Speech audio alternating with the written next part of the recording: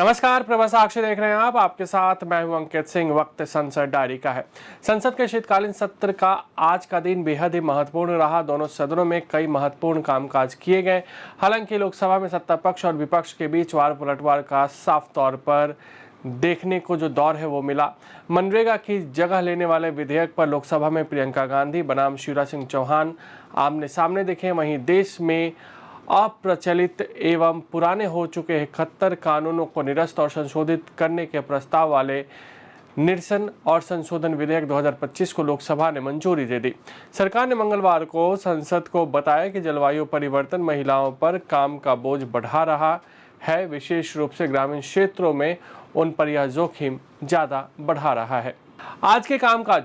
लोकसभा अध्यक्ष ओम बिरला ने मंगलवार को सदन में कुछ सदस्यों से चुटकी लेते हुए कहा कि सदन ध्यान लगाने का स्थान नहीं है। यदि वे अपने घर पर ही ध्यान लगाकर आएंगे तो उचित रहेगा। उन्होंने सदन में आवश्यक कामकाज सदन के पटल पर रखवाने के बाद यह टिप्पणी की।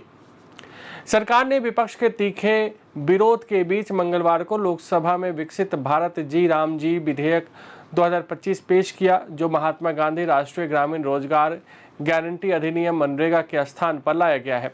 ग्रामीण विकास मंत्री शिवराज सिंह चौहान ने विपक्षी सदस्यों के हंगामे के बीच विकसित भारत रोजगार और आजीविका गारंटी मिशन विकसित भारत जी राम जी विधेयक 2025 पेश करने का प्रस्ताव रखा, जिसे सदन ने ध्वनिमत से मंजूरी दे दी। विपक्षी सदस्यों ने विधेयक का विरोध करते हुए कहा कि राष्ट्रपिता महात्मा गांधी का नाम हटाया जाना उनका अपमान है। उन्होंने यह भी कहा कि विधेयक को वापस लिया जाए या फिर संसदीय समिति के पास भेजा जाए। चौहान ने विपक्ष के आरोपों को खारिज करते हुए कहा कि महात्मा गांधी हमारे दिलों में बसते हैं। उनका कहना था कि मोदी सरकार महात्मा गांधी और पंडित दीनदयाल उपाध्याय के विचारों पर आधारित कई योजनाएं चला रही हैं। कांग्रेस सांसद प्रियंका गांधी वाड्रा ने विधेयक पेश किए जाने का विरोध करते हुए कहा कि इससे रोजगार का कानूनी अधिकार कमजोर हो जाएंगे। उन्होंने कहा कि मनरेगा में 90% अनुदान केंद्र से आता था, लेकिन इस विधेयक में ज्यादातर प्रदेशों में अब 60% अनुदान नहीं आएगा। इससे प्रदेशों की अर्थव्यवस्था पर बहुत भार पड़ेगा। ये उन प्रदेशों को और प्रभावित करेगा जिनकी अर्थव्यवस्था पहले ही केंद्र के जीएसटी के बकाया का इंतजार कर रही है। कांग्रेस सांसद शशि थरूर ने मंगलवार को लोकसभा में विकसित भारत जी राम जी विधेयक 2025 पेश किए जाने का विरोध किया और देव आनंद की मशहूर फिल्म हरे रामा हरे कृष्णा के एक गीत का उल्लेख करते हुए सत्ता पक्ष पर कटाक्ष किया कि देखो वो दीवाने, तुम ये काम न करो, राम का नाम बदनाम न करो। कानून मंत्री अर्जुन राम मेघवाल ने मंगलवार को लोकसभा में कहा कि अप्रचलित एवं पुराने कानूनों के निस्सरण एवं संशोधन का प्रस्ताव करने वाला विधेयक गुलामी की मानसिकता से मुक्ति की ओर बढ़ता कदम है।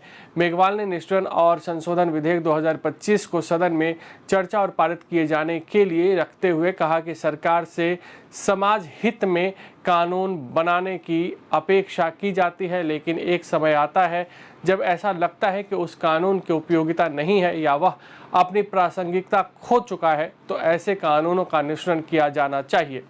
राज्यसभा में सदन के नेता जेपी नड्डा ने कहा कि मोदी सरकार संसद में किसी भी मुद्दे पर चर्चा को कभी पीछे नहीं हटती। संविधान के तहत निर्वाचन आयोग के पास मतदाता सूची की समय सीमा पर पुष्टि करने का अधिकार है।